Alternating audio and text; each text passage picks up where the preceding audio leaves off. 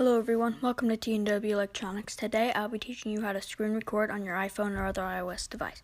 So first you need to open settings and go into your control center. Once you're in your control center, you need to click on customize controls. Once you're in your customize section, you need to make sure that your screen recording is added in your include section.